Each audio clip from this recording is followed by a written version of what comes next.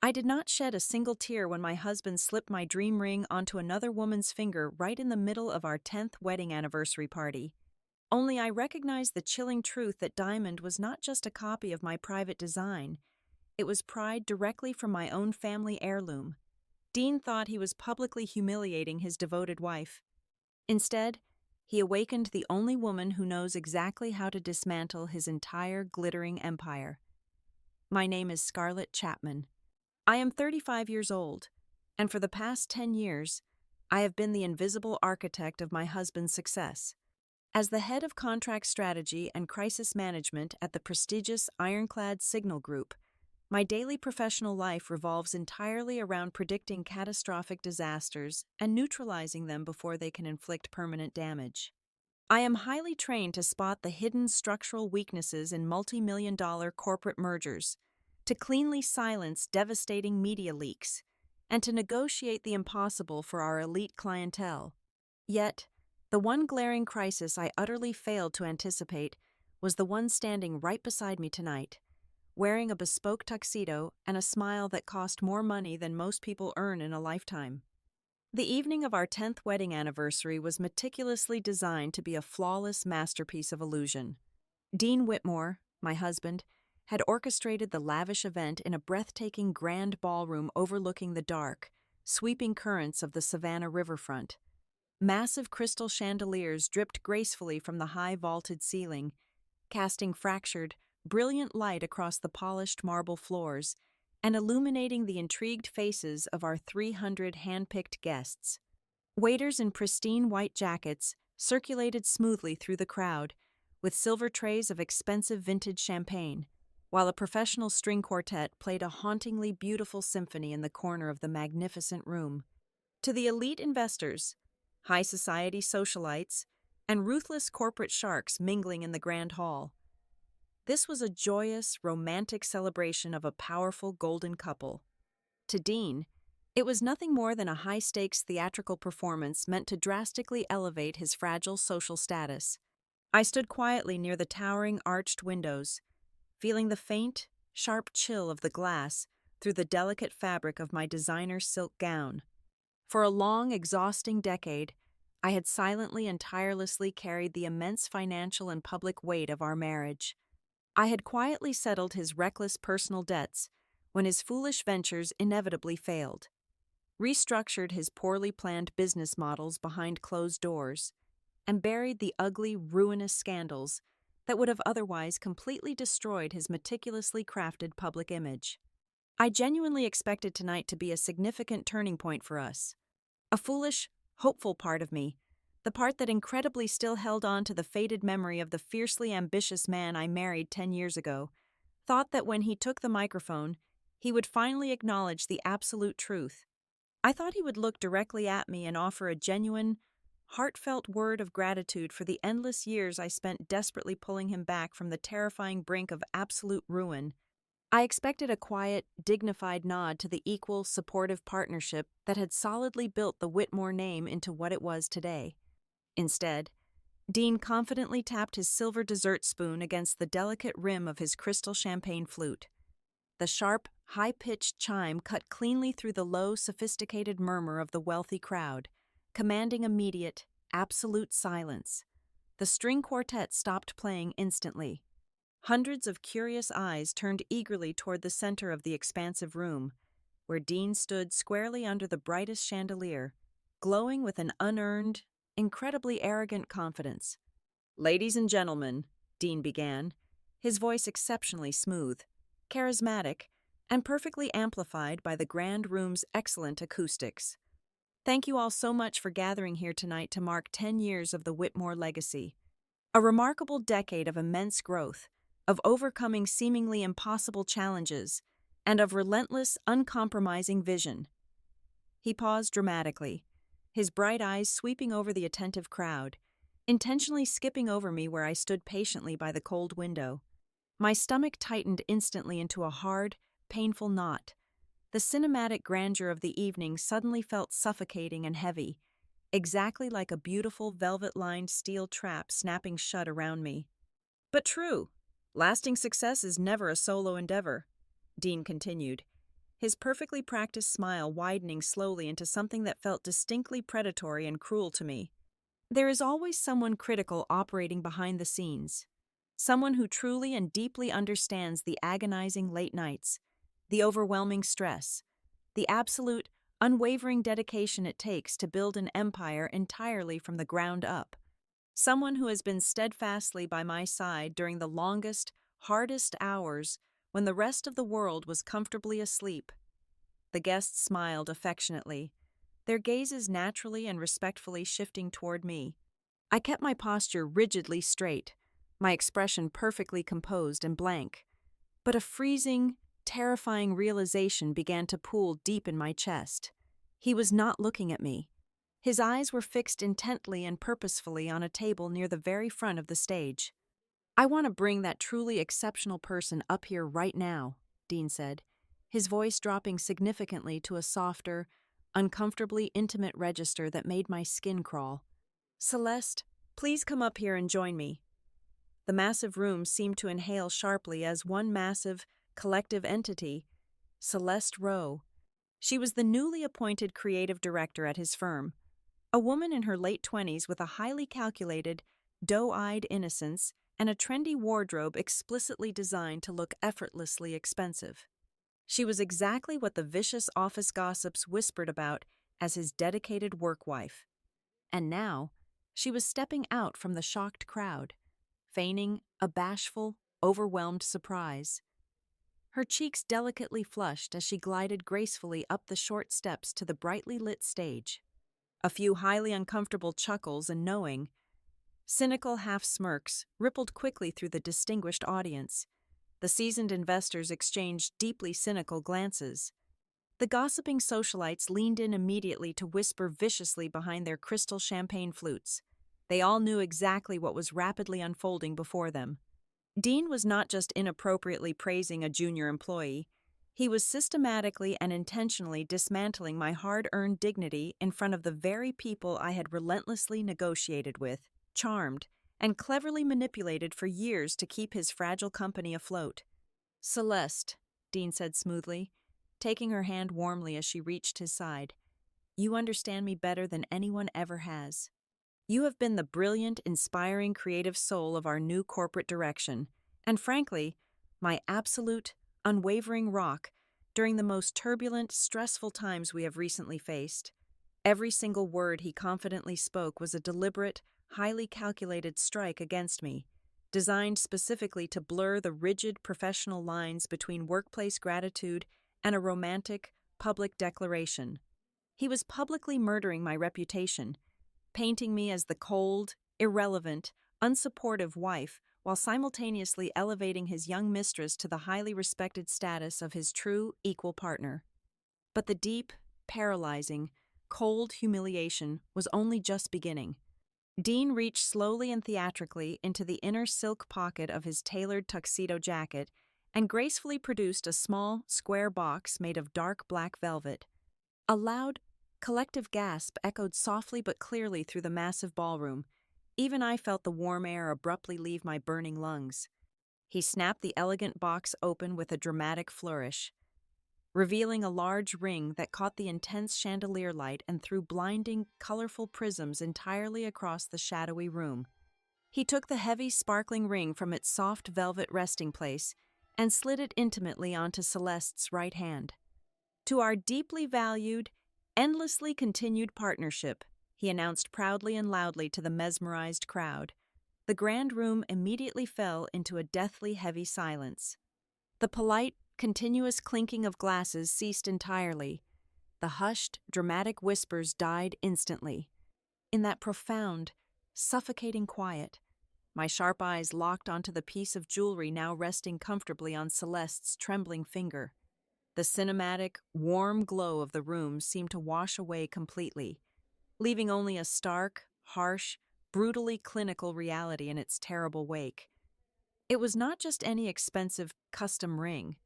It was the exact, highly specific design I had meticulously sketched on my personal digital tablet exactly 3 months ago, down to the intricate platinum banding and the unique, vintage-inspired setting. But the blatantly stolen design was not the horrific detail that made the blood literally freeze solid in my veins. It was the stones themselves. I stared unblinking at the brilliant center diamond, flanked flawlessly by two uniquely cut, deep blue sapphires. The distinct geometric arrangement, the very slight, instantly recognizable imperfection in the left sapphire's lower facet, the deep antique depth of the central diamond. It was an absolutely impossible coincidence. Those exact stones belonged exclusively to my grandmother's priceless heirloom necklace. The exact cherished piece I had securely sent to a trusted private jeweler for a simple clasp repair just 2 weeks ago. The horrifying, sickening realization did not hit me like a crashing wave. It pierced me deeply and precisely like a cold surgical blade. Dean had not merely bought his young mistress a lavish, incredibly expensive gift. He had forged the legal authorization documents, violently stripped the precious gems from my own family's beloved legacy, and brazenly presented my own blood heritage to his lover as a triumphant, mocking trophy. My cold, dead gaze shifted slowly from the brightly lit stage to the front VIP tables. Lorraine Whitmore, my deeply critical and perpetually cruel mother-in-law, sat perfectly straight in her plush velvet chair. She did not gasp in shock. She did not look away in appropriate shame or embarrassment. Instead, she slowly raised her manicured hands and gracefully began to clap. She was the absolute first and only person to applaud. A smug, deeply contented, purely evil smile spreading widely across her heavily powdered face. She had known everything. She had absolutely helped him enthusiastically orchestrate this very moment. She had been eagerly waiting for the day I would be broken in public, cast aside permanently so her precious, flawless son could finally parade a softer, more easily controlled woman before the elite world. The thick silence in the grand hall was utterly deafening, save for Lorraine's slow, rhythmic, mocking clapping. 300 pairs of wide eyes slowly shifted from the shocking theatrical scene on the stage back to me, waiting anxiously for the inevitable, massive explosion.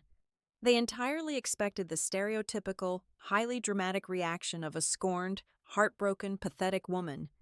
They eagerly waited for me to scream hysterically, to violently throw my heavy crystal glass across the beautiful room, to storm the stage and physically tear the stolen, priceless ring from Celeste's hand.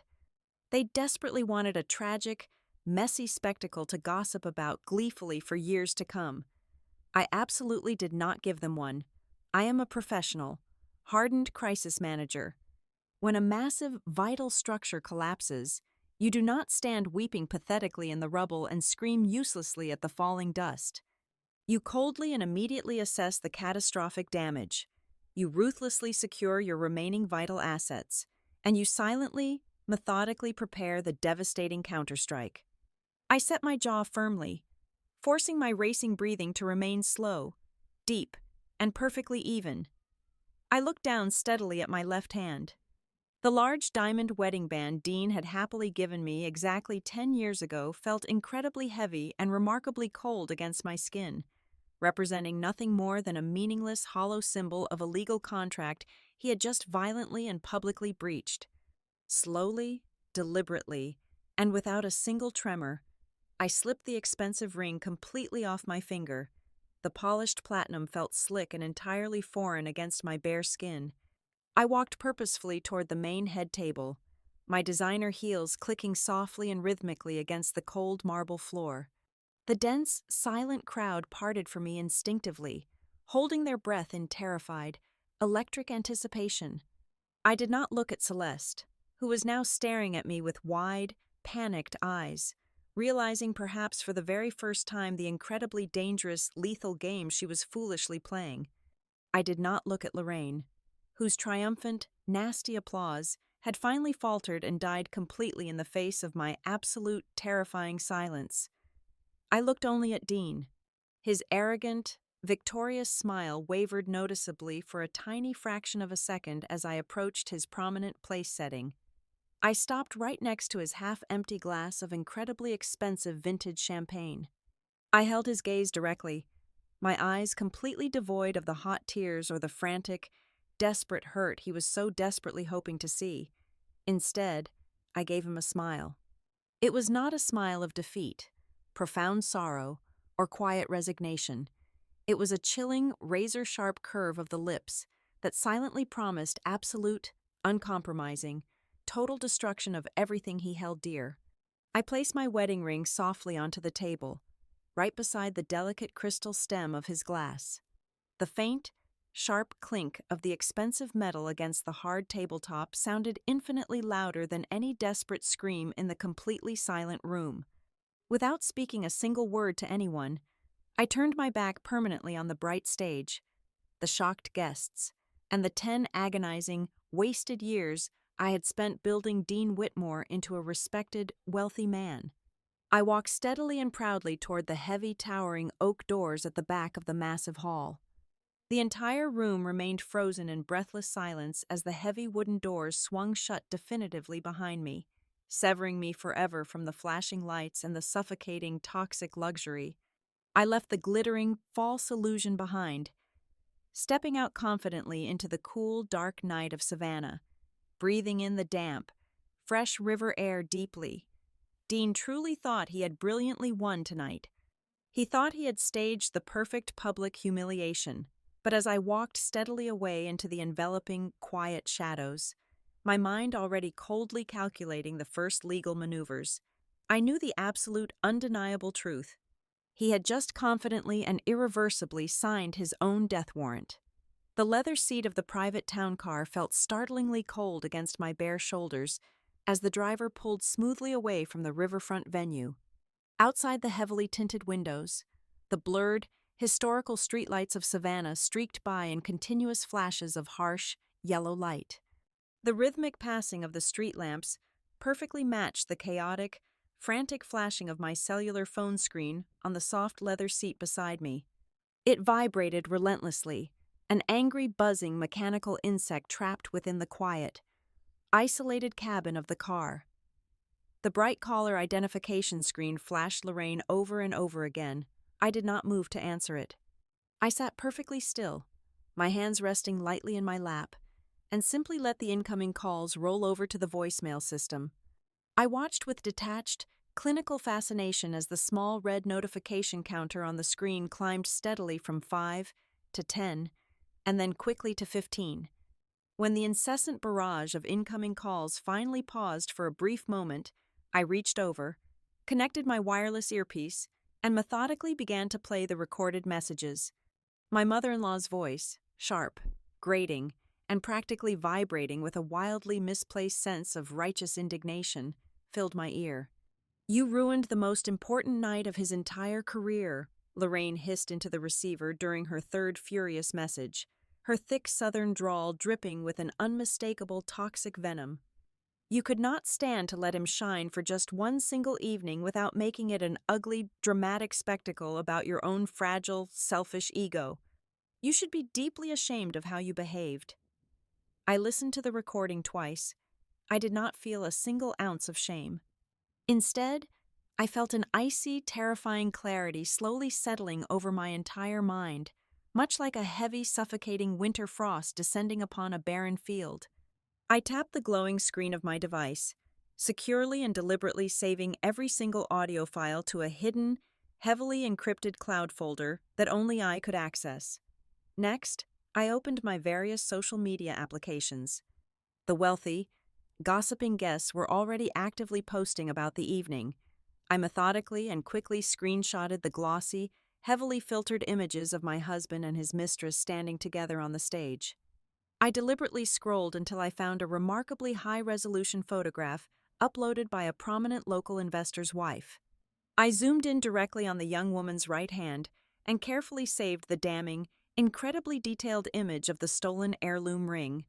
The sprawling, multi-million-dollar riverfront house was suffocatingly, unnervingly silent when I finally walked through the heavy front door. I entirely bypassed the grand, sweeping staircase that led to our shared master bedroom and headed straight down the dark hallway to my private, soundproofed study.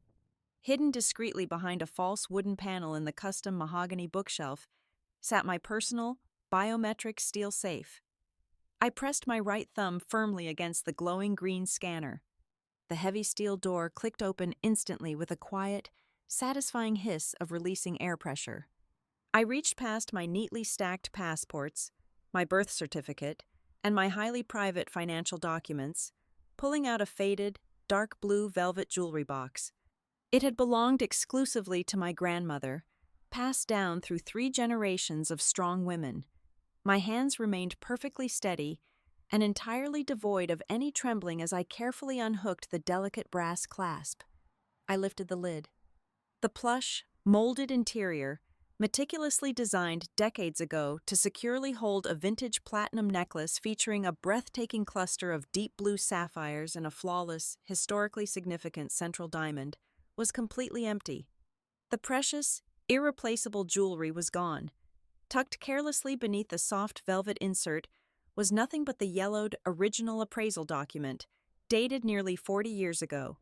A mundane, easily forgotten memory from exactly 3 days prior suddenly snapped into agonizingly sharp focus within my mind. My cellular phone had rung persistently while I was deeply engaged in a tense, high-stakes board meeting at the corporate office. The caller had been the manager of the highly exclusive private jeweler located downtown.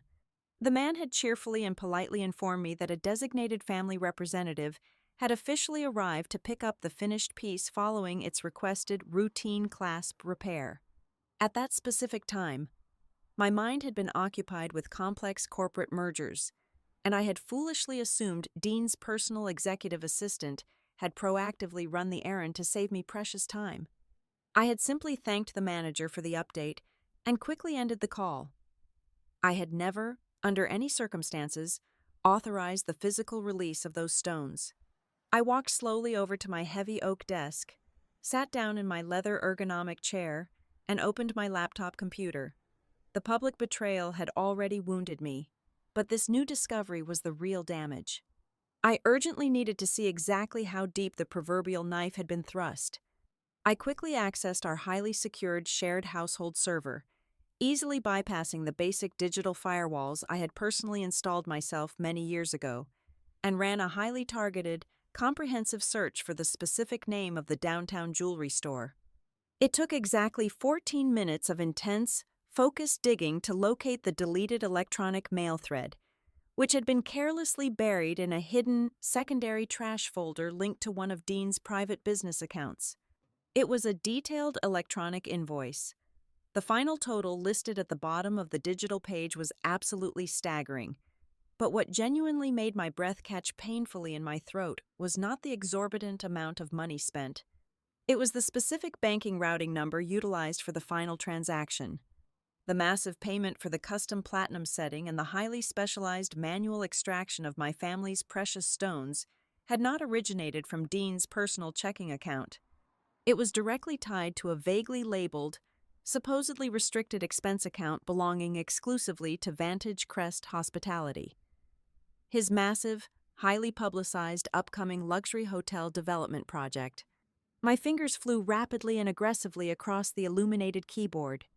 If my husband was truly arrogant and reckless enough to illegally run a stolen jewelry remodeling job through a heavily regulated commercial development fund, he was undoubtedly hiding something much more dangerous. I immediately logged directly into my primary, highly secure credit monitoring portal.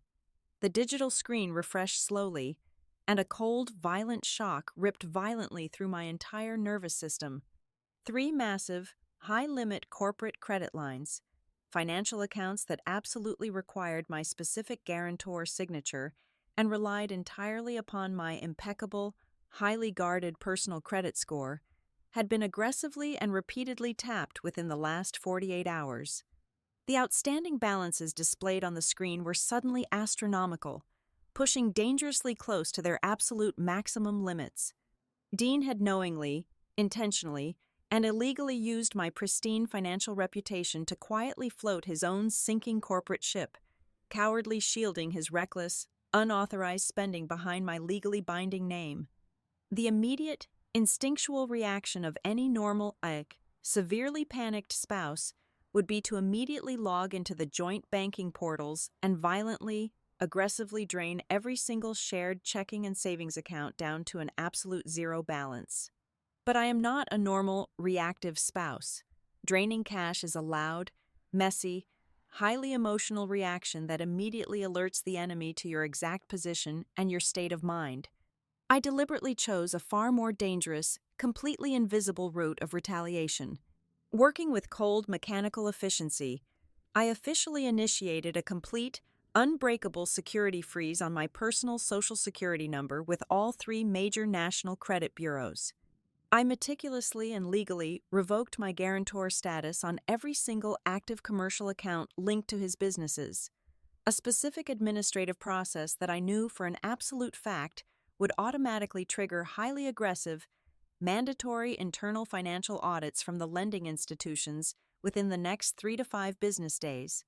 I systematically locked down my personal authorization protocols, erecting impenetrable digital walls to ensure that not a single cent could be moved or borrowed under my legal name without a complex multi-factor authentication process that only I personally controlled.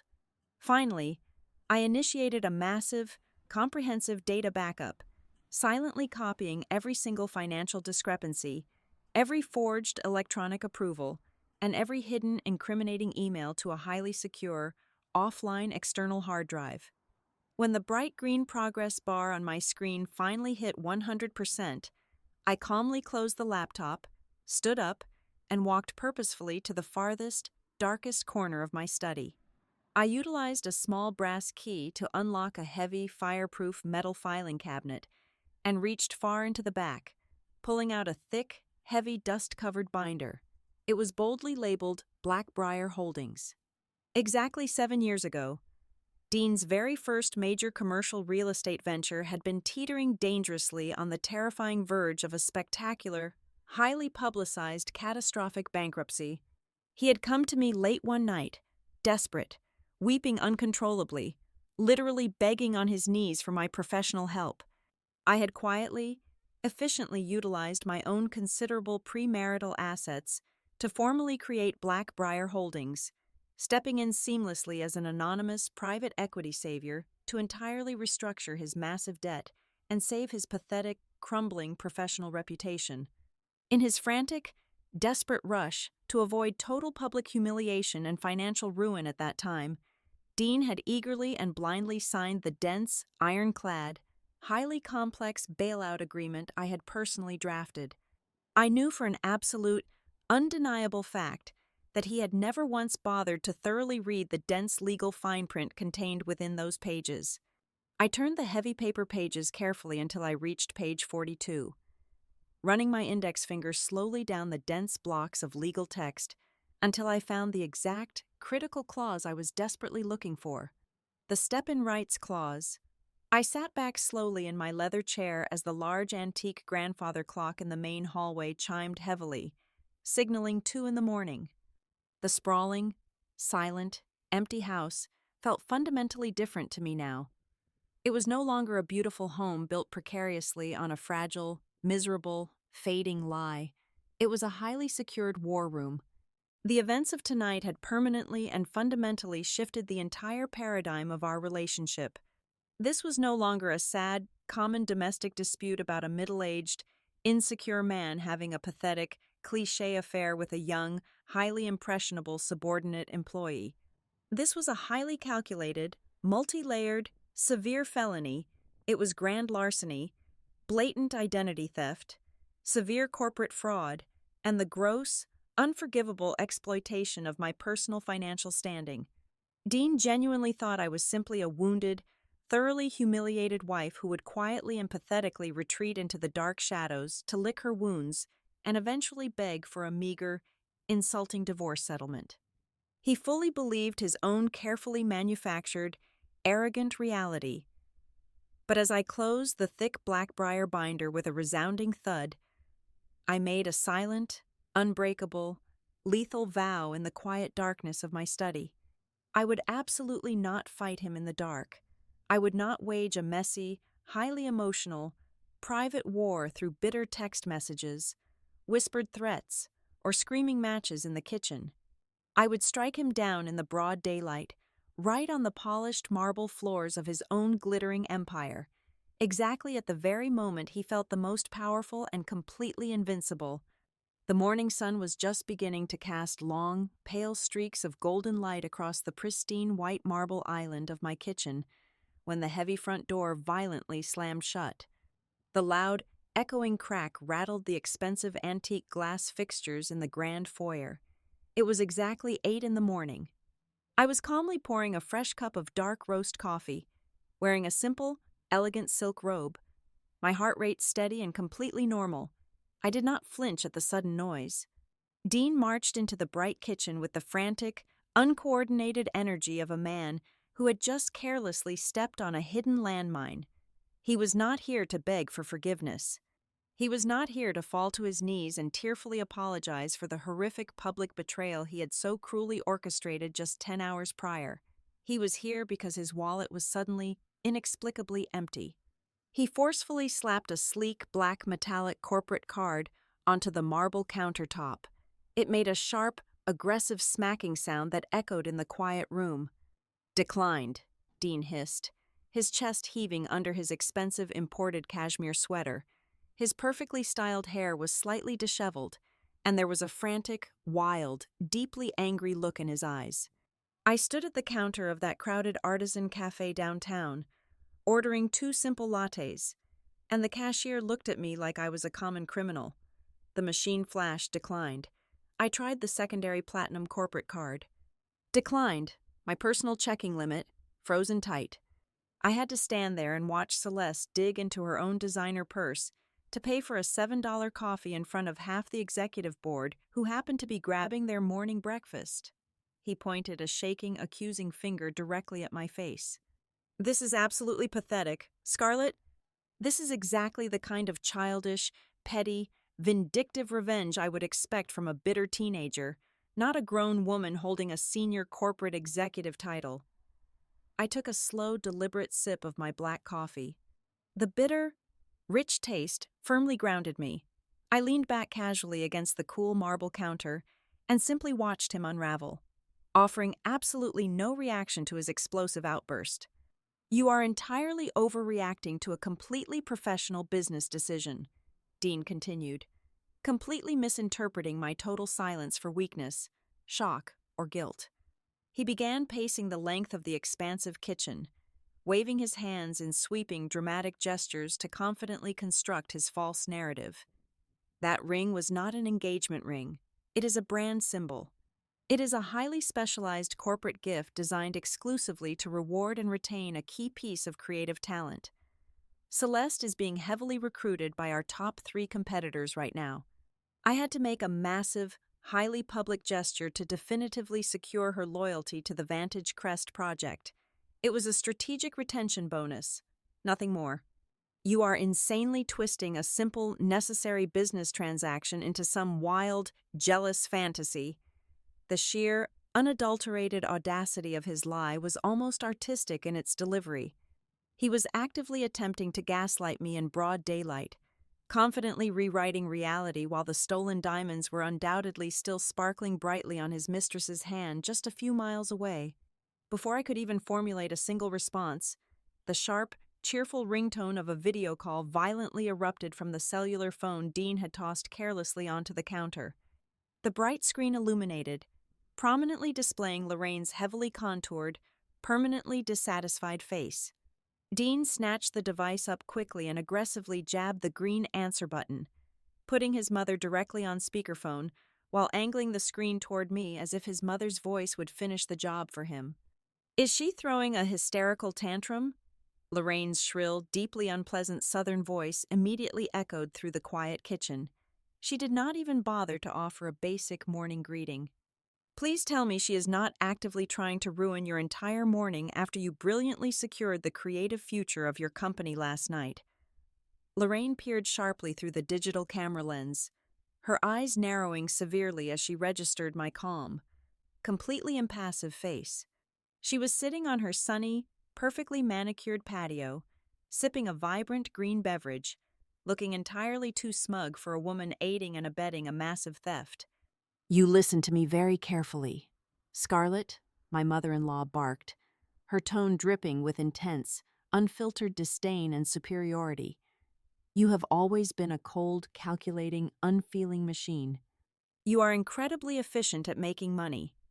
Yes, but you have absolutely no idea how to properly uplift a husband. You have no natural warmth. You have no feminine softness. Dean is a visionary creator. He desperately needs a woman who actually nurtures his spirit, not a rigid, heartless warden who aggressively manages his life like a sterile financial spreadsheet.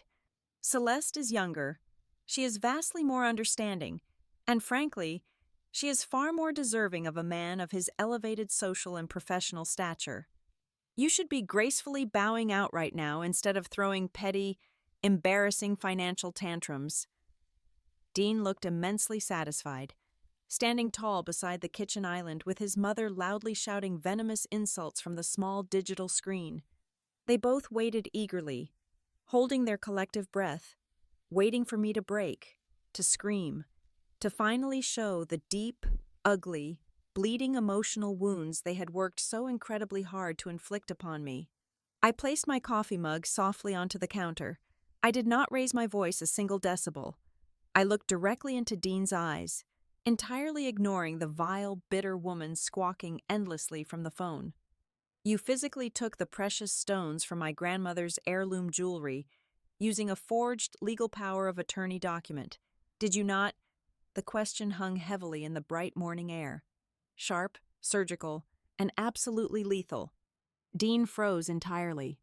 It was a microscopic, incredibly brief physical reaction, lasting perhaps only half a second. But to a highly trained crisis manager who spent her life analyzing human behavior under intense pressure, it was as loud as a blaring emergency siren. His breathing halted abruptly. The smug, arrogant smirk completely vanished from his handsome face, instantly replaced by a sudden, stark flash of genuine, visceral terror. He had absolutely no idea that I knew the truth about the stones. He genuinely thought he had buried the physical theft perfectly under thick layers of corporate bureaucracy and distraction. He swallowed hard, his Adam's apple bobbing visibly in his throat.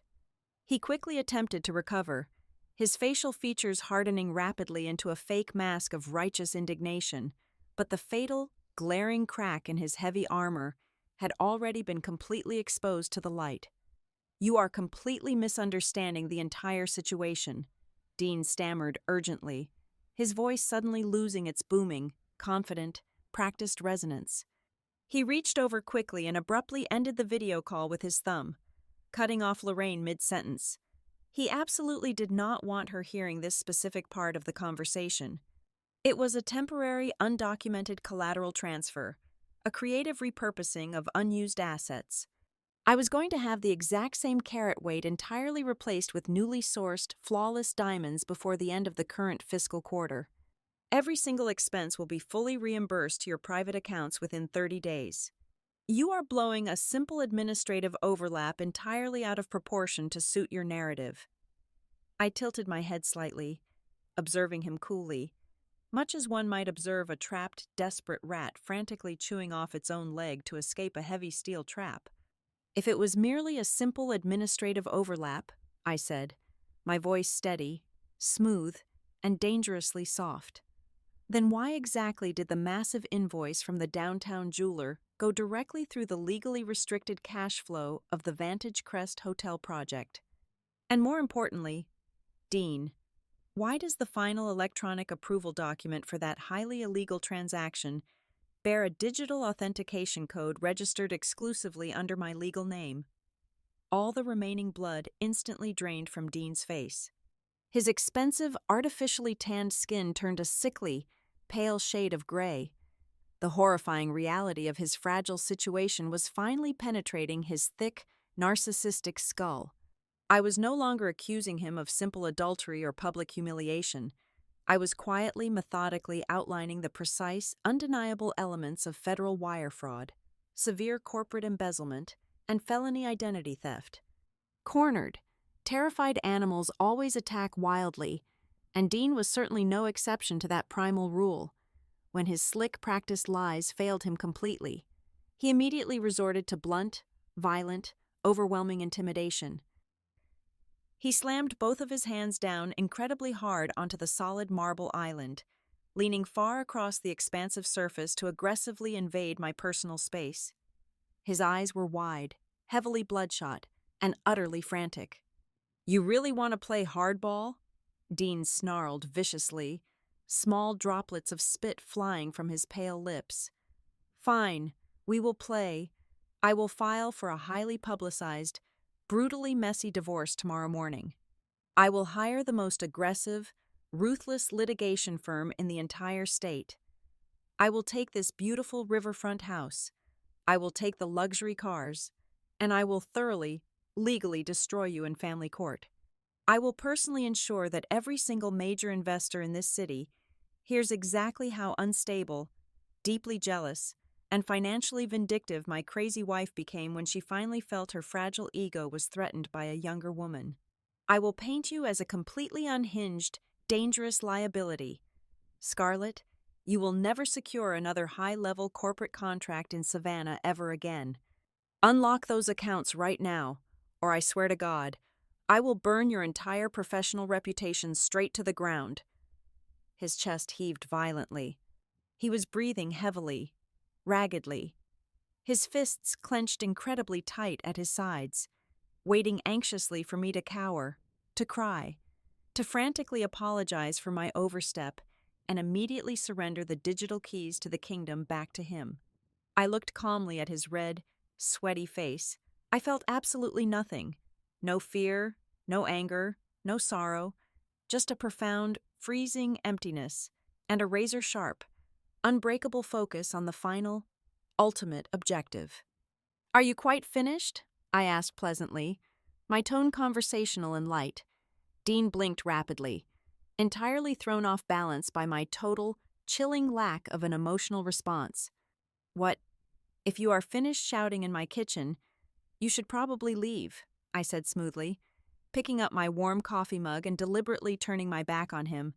"I have a very busy, demanding workday ahead of me, and you clearly have an artisan coffee you need to figure out how to purchase."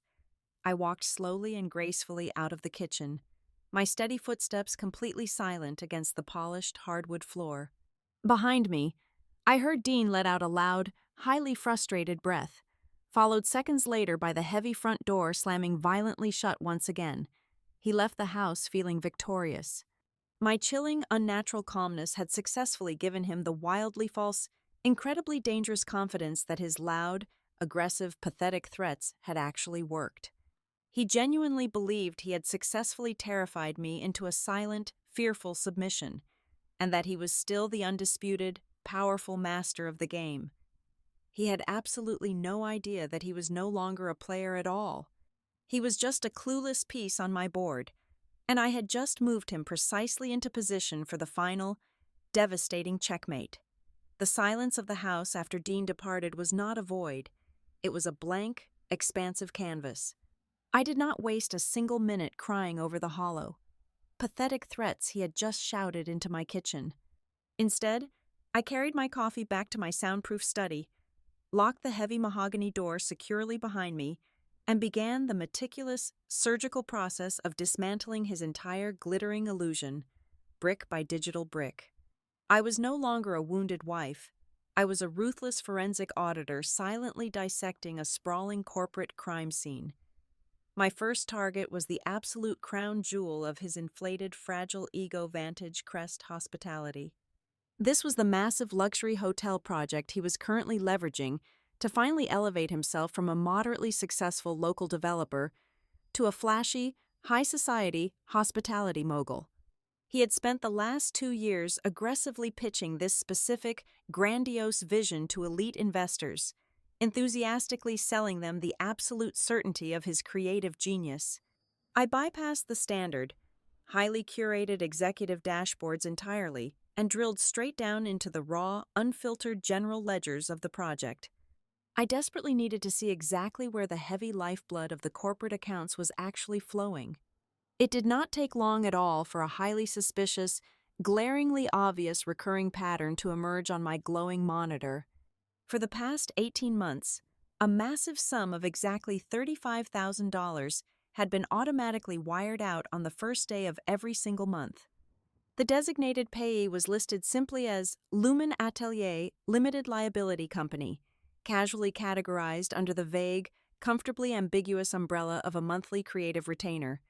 To a casual auditor, it sounded perfectly legitimate, acting as an expensive, high-end boutique design agency supposedly hired to carefully curate the aesthetic soul of a new luxury boutique hotel. I opened a new, heavily encrypted search window and ran a deep background query on the official corporate registration of Lumen Atelier.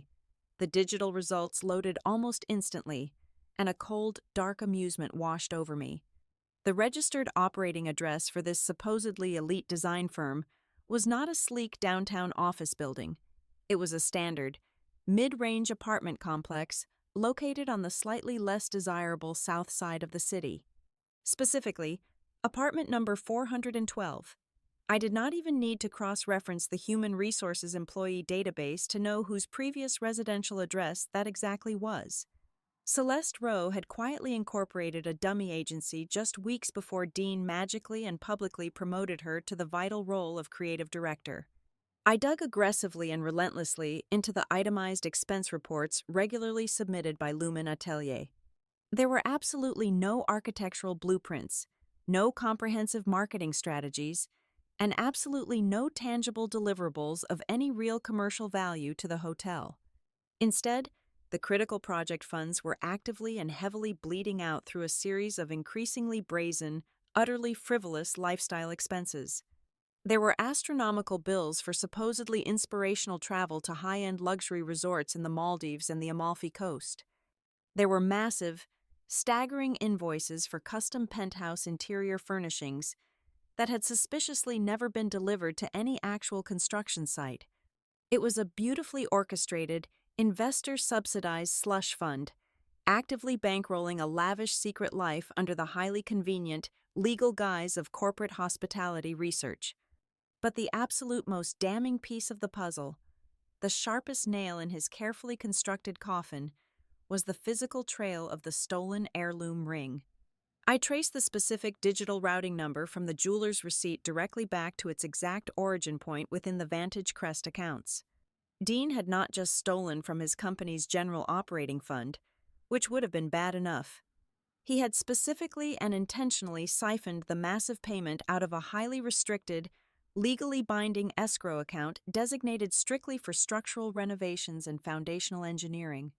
Drawing from that specific capital pool for any personal expense was not just a fireable corporate offense, it was a severe, undeniable violation of federal banking covenants.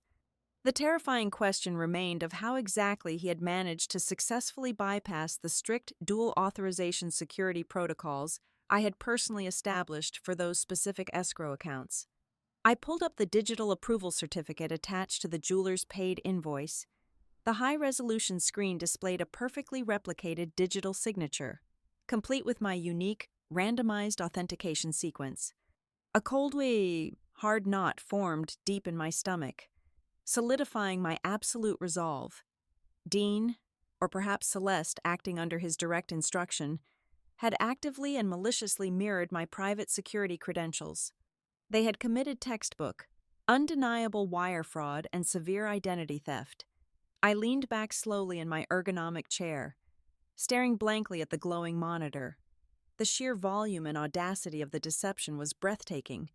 He had built an entire alternative reality, heavily funded by my money, my credit, and my hard-earned professional reputation, entirely for another woman.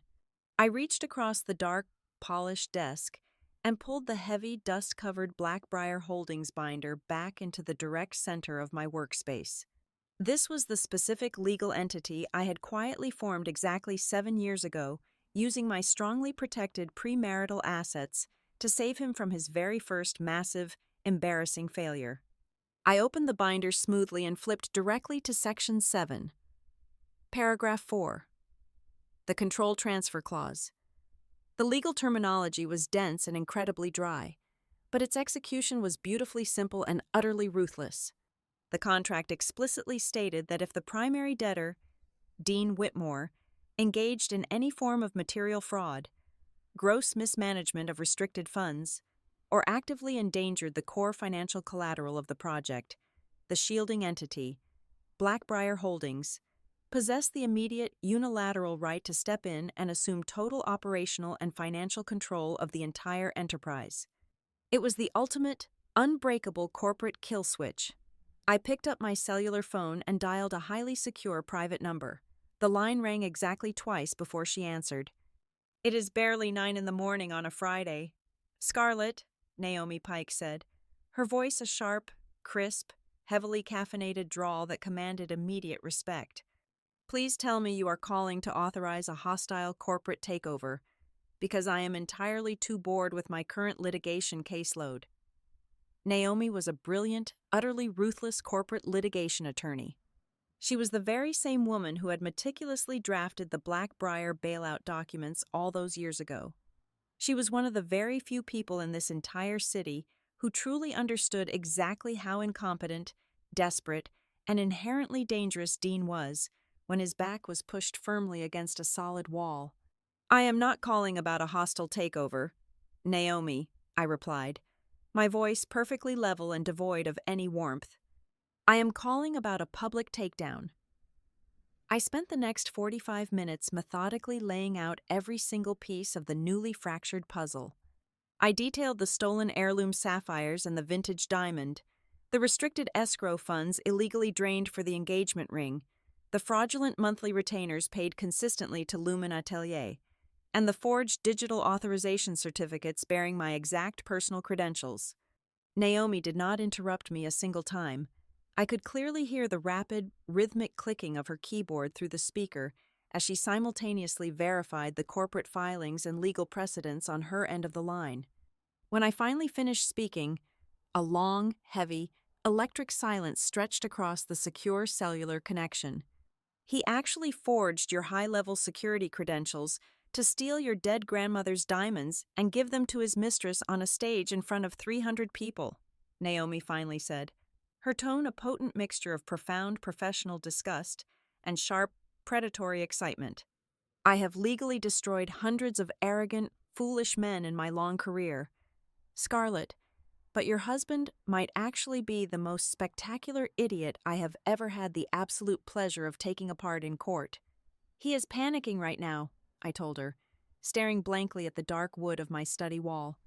"He actively tried to intimidate me this morning in my kitchen with loud threats of a highly publicized, nasty family court battle. He wants me to lock myself in a dark room and cry hysterically while he quietly patches the massive, sinking holes in his ship. We absolutely cannot let him control the public narrative," Naomi stated firmly, her voice dropping instantly into a serious, highly tactical register. "If you simply file for a standard, quiet divorce, he will immediately spin it to his wealthy investors. He will enthusiastically play the tragic victim. He will say you became deeply unstable, that you could not handle the immense pressure of his rising success, and he will weaponize that exact sympathy to successfully secure his next round of crucial funding. He is a master manipulator of the truth. If we strike him in the dark, he will absolutely find a way to slither out." "I have absolutely no intention of striking him in the dark," I replied, my fingers lightly tracing the embossed gold letters on the heavy black briar binder. "Good," Naomi said sharply, the sound of her keyboard clicking accelerating. "To successfully activate the step-in rights and completely, legally, sever his control over Vantage Crest without triggering a massive, drawn-out legal injunction, we need to catch him in a perfectly enclosed space. We need absolute, undeniable proof of the fraud presented directly in front of the key financial stakeholders before he even realizes he is actively bleeding out. We need the primary investors, the bank representatives, and the critical insurance underwriters all present in the exact same room at the exact same time." "The preview gala," I said softly, the realization suddenly snapping into perfect, brilliant, cinematic focus. In exactly 1 week, Dean was hosting an exclusive, highly curated preview event for the absolute most important financial backers of the Vantage Crest Hotel. It was a vital, make-or-break evening designed specifically to confidently secure the final, massive influx of capital needed to officially open the luxury property. He was aggressively planning to stand in one of those opulent, newly finished penthouses and sell them his grand, stolen illusion. "It is the absolute perfect stage," Naomi agreed, the dangerous, thrilling edge in her voice perfectly matching the cold, steady rhythm of my own heart. "We will let him build his beautiful, fragile glass house all week. We will let him and his little creative director joyfully plan their grand, wealthy future. And then, we will securely lock the doors and legally shatter every single pane of glass right in front of his captive audience. Begin drafting the immediate termination documents," I instructed her, my voice hard and absolute. "Prepare the specific, undeniable evidence of the wire fraud and the gross, illegal misuse of the restricted escrow accounts. I want the Blackbriar corporate takeover triggered simultaneously the exact second the ugly truth is publicly revealed. I want him entirely stripped of all executive power and financial access before he can even open his mouth to formulate another pathetic lie. I will have the entire legal arsenal fully loaded and ready by Wednesday afternoon," Naomi promised confidently. "Rest up, Scarlett. It is going to be a beautifully violent week." I ended the call and set the phone down gently on the solid wood desk. I looked one last time at the damning digital copies of the forged documents, the stolen escrow funds, and the fake design firm prominently displayed on my glowing monitor. Dean truly believed he was a master chess player, moving his quiet wife and his shiny new mistress around the grand board to perfectly suit his endless, ravenous ego. But he had fundamentally failed to understand the most basic, fatal rule of the entire game. He was not the player at all. He was just a fragile, blind king standing completely exposed in the dead center of the board, and I was finally ready to clear the entire table. The digital assault began precisely on Monday morning. Dean did not have the courage to face me in the daylight again, so he weaponized his heavily curated public platforms instead. He initiated a masterclass in modern, sophisticated character assassination. He posted a long, carefully worded statement on his professional networking profiles. He never explicitly mentioned the stolen diamonds or his young mistress. Instead, he painted a tragic, abstract masterpiece of a brilliant entrepreneur suffocated by an intensely controlling spouse. He wrote about the heavy burden of toxic jealousy, vaguely lamenting how some partners attempt to deliberately sabotage a man's career out of deep-seated personal insecurities. The comment section immediately flooded with misplaced sympathy from his wealthy peers, praising his incredible resilience in the face of domestic instability. Lorraine, naturally, mobilized her own vicious social battalion. By Tuesday afternoon, my cellular phone was quietly intercepting the predictable fallout. Mutual acquaintances forwarded me the long, venomous text messages my mother-in-law was aggressively distributing across her elite country club circles. Lorraine expertly spun her son's blatant infidelity into a tragic consequence of my own supposed masculine ambition. She told her wealthy friends that I was simply too exceptionally skilled at making money to ever be a proper, nurturing wife. She claimed my rigid, unyielding corporate nature had violently pushed her gentle, visionary son into the welcoming, soft arms of someone who actually understood him. They were systematically attempting to isolate me, actively betting that the sheer, crushing weight of high society peer pressure would force me into a swift, silent submission. Then came the leaked visual propaganda. Celeste began popping up on the fringes of the local social media sphere, tagged in supposedly candid photographs taken on the sweeping, unfinished rooftop terrace of the new hotel. She was dressed in flowing, expensive designer silk, dramatically pointing at architectural renderings while bathed in the warm, golden hour sunlight. But the true focal point of every single carefully staged image was undeniably her right hand. She made absolutely certain that the bright, flashing cluster of my grandmother's sapphires and the prominent center diamond caught the camera lens perfectly. She was actively parading the stolen heirloom as her legitimate, hard-won trophy, claiming her absolute territory as the newly crowned queen of his rising empire. Dean truly believed this coordinated psychological warfare was working flawlessly. His blinding arrogance peaked on Wednesday morning when a thick, heavy manila envelope arrived at my corporate office via private courier. It was a preliminary, highly aggressive settlement draft. I sat at my sleek glass desk and read through the demands with a cold, detached sense of profound disbelief. He was not just asking for a standard, quiet separation. He was demanding total, unconditional surrender. The document explicitly outlined his immediate expectation to retain full, exclusive ownership of our riverfront estate. He boldly demanded the legal deeds to my family's private, historic island cottage, a property that had been in my bloodline for over 60 years, falsely claiming it as a shared marital asset he had actively helped maintain. But the absolute most breathtaking display of his unhinged audacity was tucked neatly into the final pages.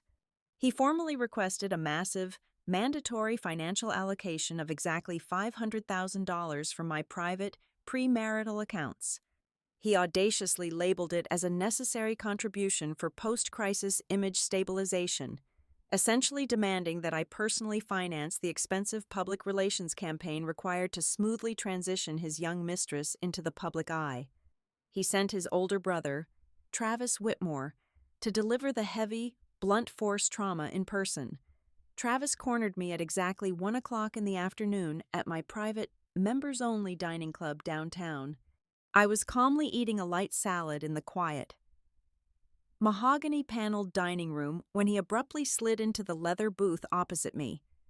Travis was a larger, cruder, vastly less charming version of Dean. He possessed the same inherent entitlement, but absolutely none of the polished finesse. "You need to sign the paperwork. Scarlett," Travis growled quietly, leaning heavily across the pristine white linen tablecloth, attempting to physically intimidate me with his broad shoulders. "Dean is giving you an incredibly generous exit strategy here. You are embarrassing yourself by drawing this out. You know exactly how this town works. The longer you fight this, the worse you are going to look to the board of directors at your own firm. People are already talking. Do not make my brother destroy you in the press. Sign the damn papers. Give him the house and the island property, and walk away with whatever dignity you have left. It saves face for both sides." I kept my tone even. Arguing with Travis would have wasted my breath. I simply took a slow, deliberate sip of my sparkling water. My cellular phone was resting face down on the table, silently recording every single threatening, extortionate syllable he spoke. "I will absolutely take his generous offer under advisement. Travis," I replied, my voice perfectly smooth, offering him a polite, entirely hollow smile. "Please assure Dean that I'm carefully reviewing every single clause," Travis scoffed loudly, standing up from the booth with a triumphant, arrogant smirk. He genuinely believed I was breaking. He thought the combined, overwhelming pressure of the social isolation, the cruel online rumors, and his aggressive physical presence had finally cracked my armor. I watched him walk out of the elegant dining room, utterly satisfied, while I quietly saved the crisp, clear audio file directly to my heavily encrypted, secure cloud server. Let them all believe I was quietly suffocating under the heavy weight of their collective cruelty. Let them comfortably celebrate their imaginary victory. While the Whitmore family busied themselves with petty gossip and pathetic intimidation tactics, Naomi was ruthlessly executing the lethal, invisible financial strikes. She had successfully bypassed the standard corporate channels and initiated direct, highly confidential contact with Elliot Graves. Elliot was a senior, incredibly sharp special asset manager at the massive commercial bank backing the entire Vantage Crest project. He was a man who cared absolutely nothing for local socialite drama or creative visions. His entire professional existence revolved strictly around regulatory compliance and protecting the bank's massive financial exposure. When Naomi presented Elliot with the undeniable, hard digital evidence of the severely compromised escrow accounts and the fraudulent vendor payments funneled to Celeste's fake design agency, the banker did not hesitate. He immediately launched a highly classified, aggressive internal audit of Dean's entire commercial portfolio. By Thursday evening, Naomi called me with the exact devastating results. Elliot found the digital corpses. Scarlet, Naomi said, the fierce, victorious energy crackling through the phone line.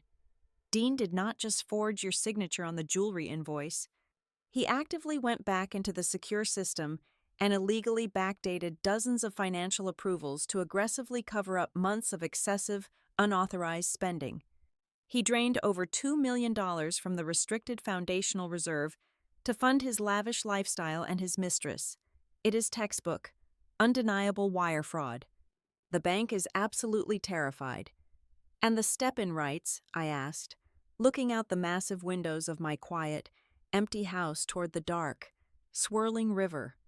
Elliot has fully verified the Blackbriar Holdings clause, Naomi confirmed sharply. The bank recognizes your legal entity as the senior securing asset. The very second we formally expose the material fraud, Dean is instantly in default of his massive primary commercial loan. The bank will immediately freeze his operating accounts, and the legal control of the entire Vantage Crest property reverts directly and unconditionally to you. The timing was absolutely terrifyingly perfect. The exclusive investor preview for the new hotel was scheduled for exactly 7 o'clock next Friday evening. It was the absolute zenith of Dean's professional life. He desperately needed that specific event to go flawlessly, to secure the critical $50 million required to officially open the doors to the public. He had invited the wealthiest, most powerful financial figures in the state to stand in the opulent, newly finished grand penthouse of the hotel and marvel at his supposed genius. I realized, with cold clarity, that he had built the perfect stage for his own downfall.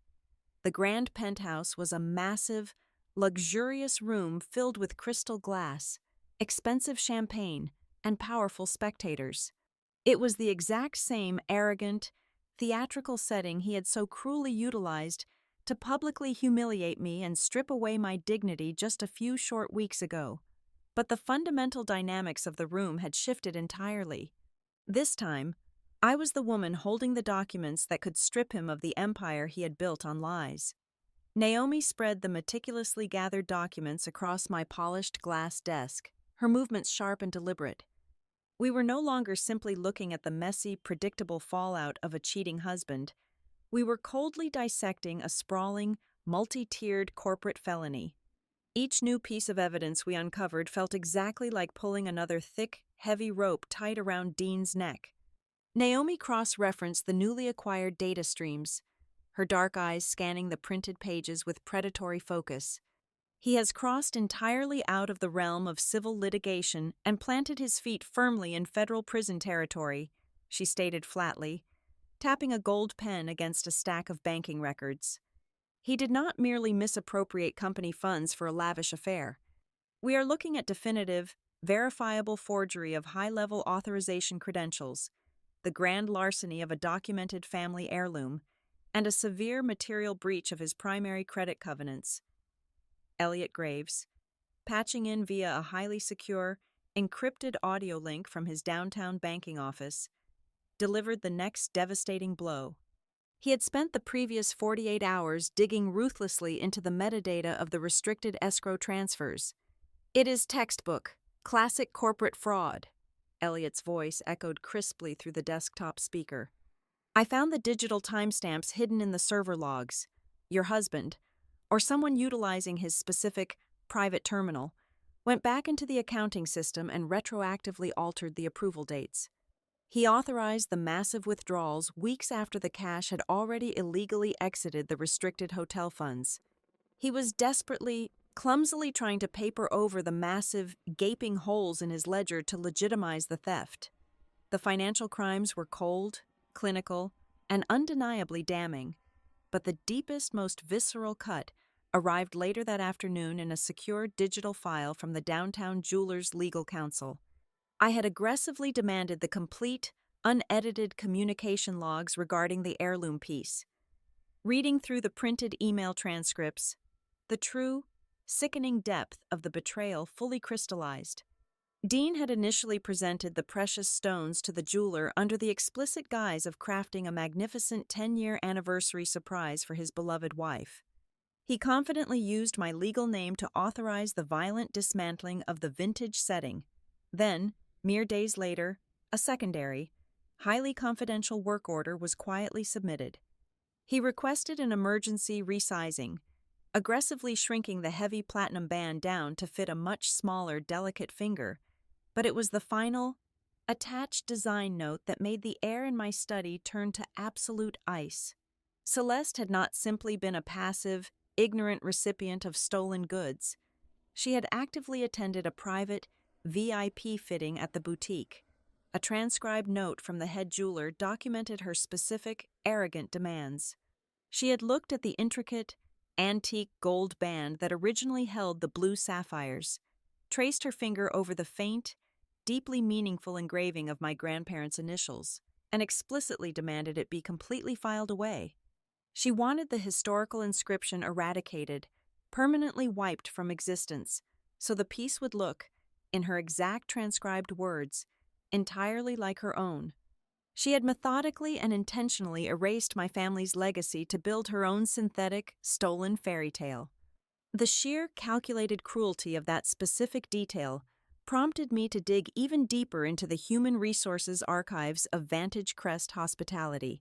If Celeste was bold enough to confidently erase my family history, I needed to know exactly how she had gained such a secure, deeply entrenched foothold in my husband's company in the first place. I bypassed the standard firewalls and pulled her original employment onboarding file. My eyes scanned down the digital page to the signature line for her initial corporate sponsor. A cold, hollow laugh escaped my lips into the silent room. The primary reference, the influential individual who had aggressively pushed to hire an underqualified young creative director into a multi-million-dollar hospitality project, was Lorraine Whitmore. This was not a sudden, passionate, uncontrollable workplace romance that Dean had accidentally stumbled into. This was a carefully nurtured, long-term strategic replacement. My own mother-in-law had actively scouted, recruited, and quietly installed my husband's mistress. She had been patiently cultivating the destructive affair right under my nose, actively conspiring to humiliate me while simultaneously smiling at me across countless Sunday dinner tables. I handed the printed human resources file silently to Naomi. She did not even blink, merely adding it to the growing mountain of undeniable evidence. She tapped her manicured fingernail against the thick Blackbriar Holdings contract resting squarely between us. "We have already established the imminent financial freeze," Naomi said, her tone shifting to a register of absolute, lethal precision. "But I need to ensure you fully comprehend the absolute, unyielding power of this specific operational clause. I drafted this to be a corporate guillotine. Scarlett, this is no longer just about halting his cash flow or terrifying his investors." Naomi opened the heavy binder and pointed to the dense legal text. "The explicit language regarding a material fraud event that directly damages the securing collateral dictates a total, immediate transfer of operational authority. When we trigger this clause, Dean does not just lose access to the bank accounts. He is legally and instantly stripped of his executive title. He loses the hotel entirely. You, as the sole proprietor of Blackbriar, become the undisputed, legal operational director of Vantage Crest Hospitality."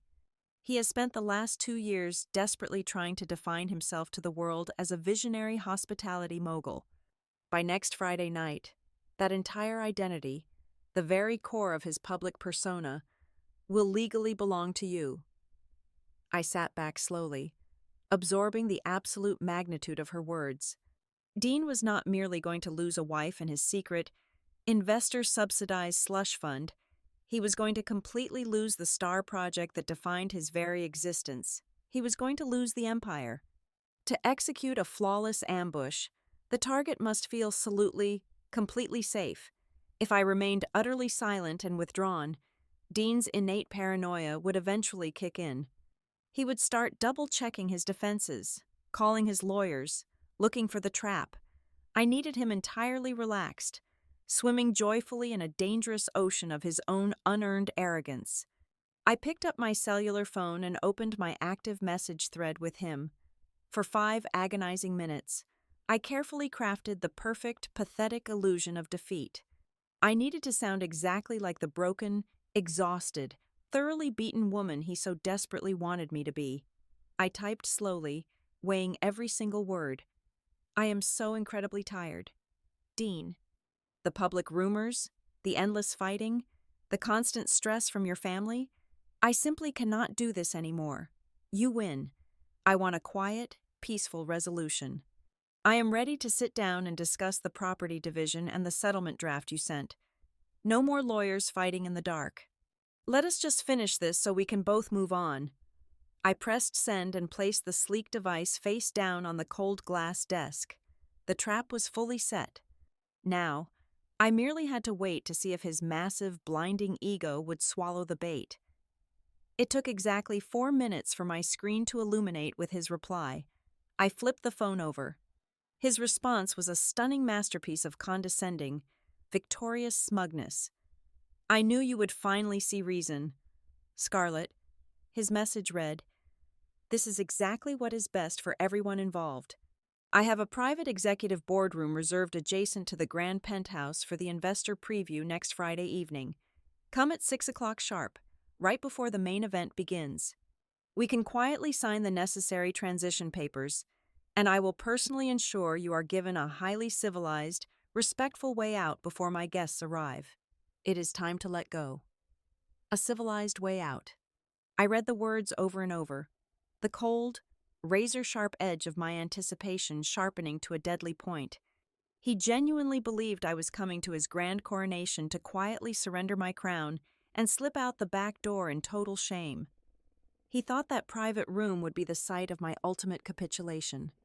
I looked up at Naomi, who was watching my face intently, a knowing gleam in her sharp eyes.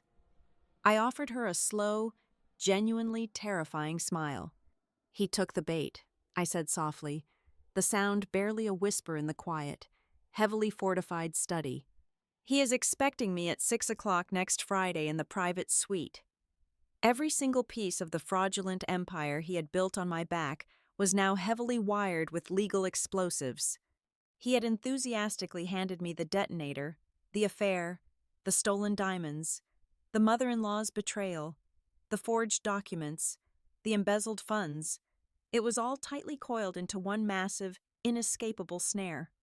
The narrative had completely shifted from a simple marital dissolution to the spectacular, absolute collapse of a false king, and Dean Whitmore was eagerly, happily preparing the very stage where he would meet his total ruin.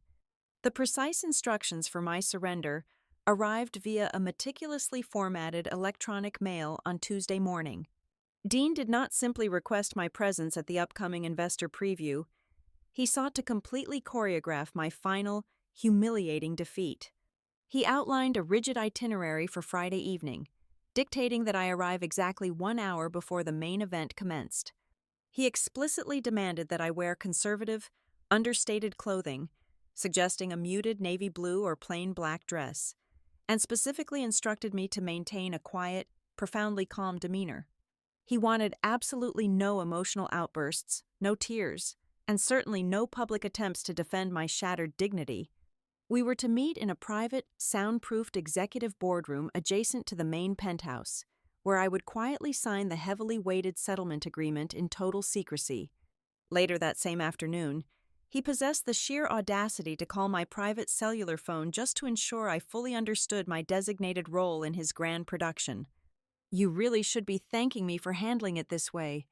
"Scarlett," Dean said, his voice dripping with a sickening, condescending benevolence, "I am actively protecting you. I am giving you a highly civilized, quiet way out of this entire mess. If we drag this out into the open, if I let the primary investors and the board members see your true, vindictive face, your professional reputation in this city would never recover. I am sparing you that absolute embarrassment." I listened to his arrogant lecture while staring blankly at the polished surface of my desk. Every single word of fake sympathy he offered was merely a reflection of his own desperate terror. He was projecting his deepest fears onto me, entirely unaware that I was simply a mirror reflecting his impending doom. "I appreciate your deep concern for my image, Dean," I replied, my tone perfectly smooth and entirely devoid of any sharp edges. "I will be there at 6 o'clock sharp. I will bring a pen." His relief was palpable, a heavy sigh echoing through the phone receiver. He genuinely believed he had won the psychological war. But his arrogance did not stop with his own demands. Within 24 hours, the electronic calendar invitation for our private meeting was abruptly updated to include 2 additional attendees. Lorraine and Travis Whitmore had forcefully inserted themselves into the schedule. They claimed they were attending strictly in the capacity of neutral family witnesses to ensure the legal documents were executed properly. In reality, I knew exactly why they were coming. They wanted front-row seats to my absolute destruction. Lorraine wanted to personally watch the life drain from my eyes as I signed away my family cottage and my hard-earned assets. Travis wanted to stand in the corner, flexing his broad shoulders, actively enjoying the profound power dynamic of forcing a successful woman to kneel before his brother. I did not object to the calendar update. I did not send a single argumentative message. I simply approved the additions. The more spectators they crammed into that room, the more devastating the final explosion would be. I was happily wrapping their poison in soft velvet and letting them swallow it whole. While the Whitmore family busied themselves preparing for my funeral, Celeste Rowe was busy loudly celebrating her premature coronation. By Wednesday, she had audaciously moved her expensive designer luggage into the lavish, unfinished grand penthouse of the Harbor Lantern House. She began aggressively posting a highly calculated series of photographs on her social media platforms.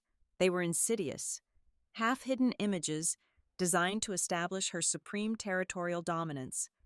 There was a picture of 2 crystal champagne flutes resting on the marble balcony ledge with the sweeping river in the background.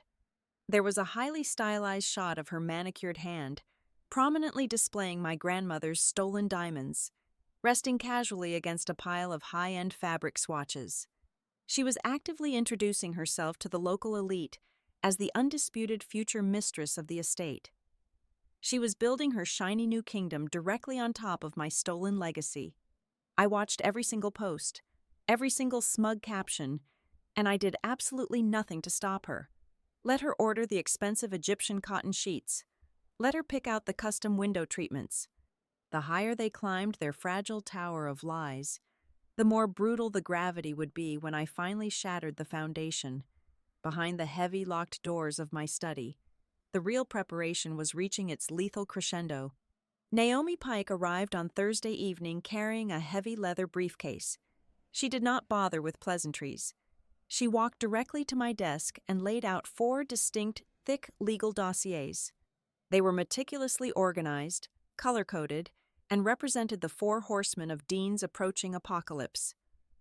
"The trap is completely armed," Naomi stated, her eyes sharp and gleaming with a terrifying professional intensity. She tapped the first dossier, bound in dark red. "File 1, the heirloom theft. We have the sworn, notarized affidavit from the downtown jeweler confirming the fraudulent use of your legal name and the subsequent resizing order for Celeste. It is an undeniable, documented felony." She moved her manicured finger to the second file, bound in stark white. "File 2, the digital forgery. We have the complete metadata analysis extracted by the forensic accounting team. It definitively proves the digital authorization certificates attached to the Lumen Atelier invoices were maliciously spoofed from a terminal located inside Dean's private office." She tapped the third file, a thick, heavy stack of financial ledgers. "File 3, the escrow violation. This details every single illegal transfer, every backdated approval, and every stolen dollar siphoned from the restricted banking covenants to fund his personal lifestyle and his mistress's fake design firm." Finally, Naomi rested her hand flat against the 4th and final dossier. It was a dense, heavily sealed black folder. "File 4, the execution order, the Blackbriar Holdings step-in execution documents, already fully validated by the senior legal counsel at the primary lending institution." The very millisecond the material fraud is exposed in that room, this specific document legally severs Dean from his own company. While Naomi finalized the legal weaponry, Elliot Graves was quietly orchestrating the perfect Trojan horse. We could not simply invite the authorities to a glamorous high society party without Dean immediately panicking and locking the doors. We needed them to walk into the venue completely unnoticed, disguised as a routine, boring bureaucratic necessity. Elliot formally notified Dean's executive team that the bank required a final mandatory on-site evaluation mere hours before the massive capital disbursement could be officially released. It was a highly plausible, terrifyingly standard procedure for a project of this magnitude. Elliot arranged for the senior internal compliance officer, the primary property insurance underwriter, and a specialized fraud investigator from the bank to quietly attend the preview event. They were instructed to blend in with the wealthy investors, sip the sparkling water, and wait for the signal. I spent Thursday night sitting in the overwhelming silence of my dark house, running through the timeline minute by minute.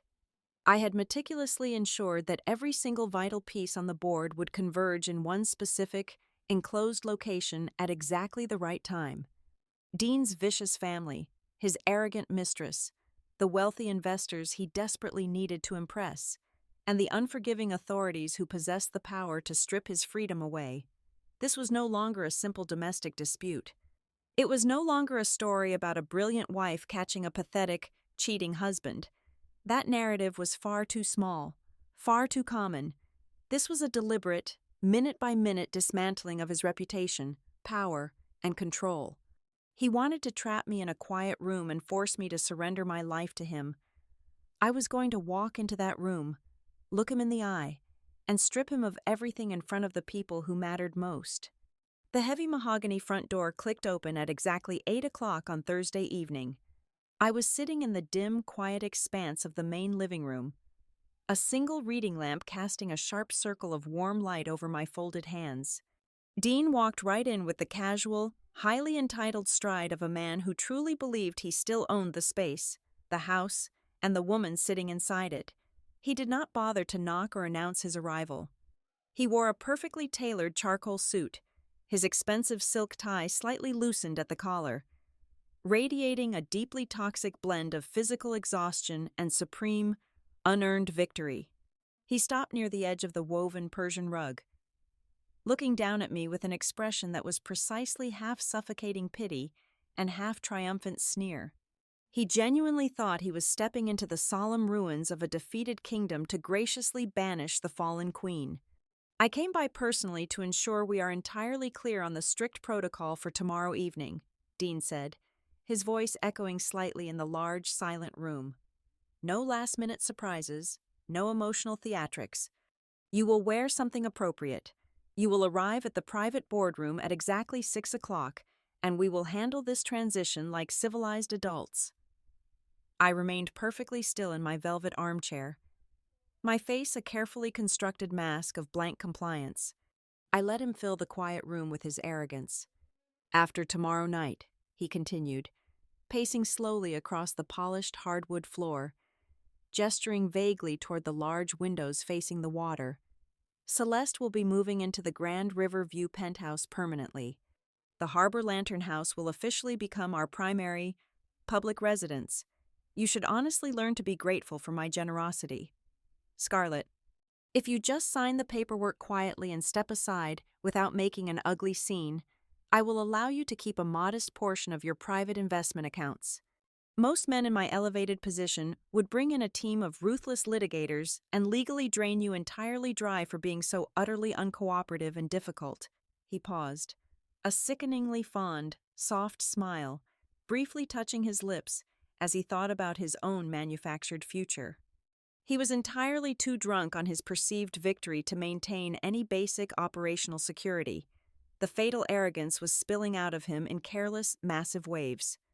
I actually promised Celeste, Dean added, his tone dropping into a sickening register of romantic devotion that he had not used with me in over 7 years, that the very second the primary investors sign the final, massive funding agreement tomorrow night, I am taking her right out onto that grand balcony. I am going to formally announce our future together to the entire executive board and every major financial backer in the state.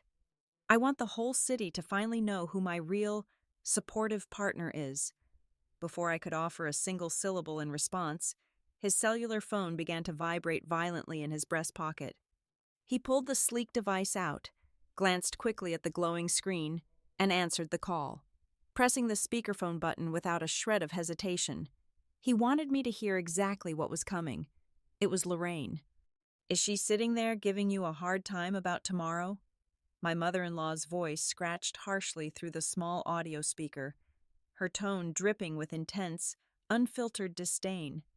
Because you need to tell her directly from me. If she had just learned how to keep her mouth shut and actually live up to the proper, traditional role of a supportive wife, absolutely none of this would have gone this far. She forced your hand. Dean, she drove you to find comfort elsewhere. Never forget that she brought this entire situation down upon her own head. The sheer, breathtaking audacity of the Whitmore family was almost magnificent in its absolute delusion. They were actively stealing my legacy, attempting to extort my financial resources, and boldly rewriting the entire history of our 10-year marriage to cast themselves as the tragic, long-suffering victims. I kept my face still. There was no point defending a decade of labor to people determined not to see it. I simply looked up, meeting Dean's smug, expectant gaze with eyes as cold and flat as a frozen lake. "I hear you perfectly, Dean," I said, my voice barely above a whisper, yet it cut through the room with surgical precision. "Make sure you arrive at the boardroom exactly on time tomorrow, and I strongly suggest you bring every single person you trust the most in this world to stand beside you." Dean offered a short, harsh laugh, completely missing the lethal double meaning woven into my quiet instruction. "My mother and my brother will already be there to witness the signing. Scarlett, that is more than enough. Have a good night. Try to get some sleep. You look incredibly tired." He turned on his heel and walked out of the house, the heavy front door clicking firmly shut behind him, leaving me completely alone in the suffocating silence. I sat in the armchair for exactly 10 minutes, listening to the absolute stillness of the empty estate. Then, I stood up and walked down the dark hallway to my private study. I opened the heavy steel safe, reached past the neat stacks of legal dossiers Naomi had prepared, and pulled out the faded, dark blue velvet jewelry box. I carried it over to my desk, sat down, and slowly unhooked the delicate brass clasp. I opened it slowly. For the past several weeks, I had been operating entirely as a ruthless, detached corporate machine. I had to severely compartmentalize the crushing betrayal to effectively build the complex legal snare required to destroy him. But tonight, sitting alone in the dark, looking down at the empty molded velvet where my grandmother's brilliant sapphires and vintage diamond used to rest, I finally allowed the heavy steel doors of my own emotional containment to swing open. I touched the soft, empty fabric with my fingertips. A sharp, searing pain violently ripped through my chest, entirely distinct from the predictable sting of marital infidelity. This was an ancient, profound violation. My grandmother had worn those stones through wars, through poverty, and through the beautiful, enduring decades of a genuinely loving marriage.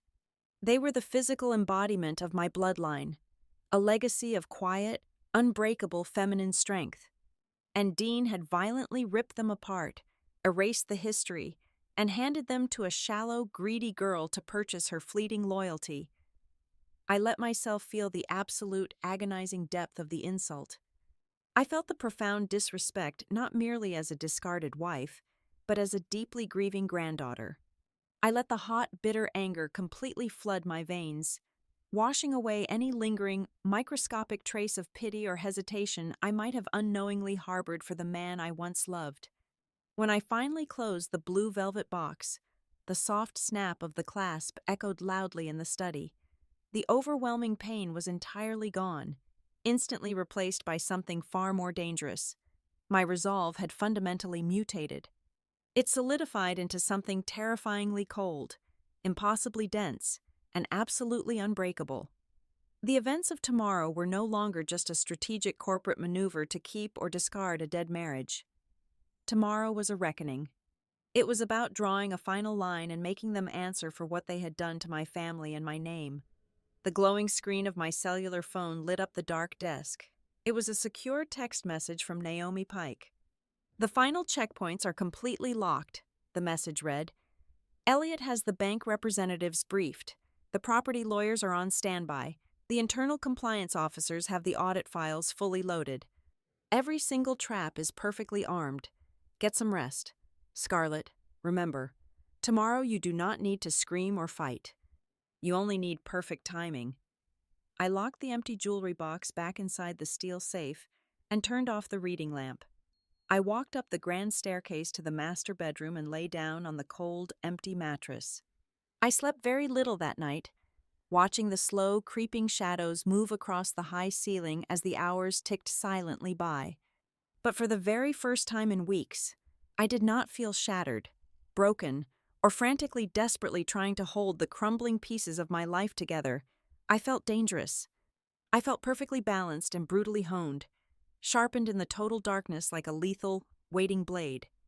The Harbor Lantern House stood as a towering monument to manufactured prestige, a massive structure of steel and glass designed specifically to vault Dean into the absolute highest echelon of institutional wealth.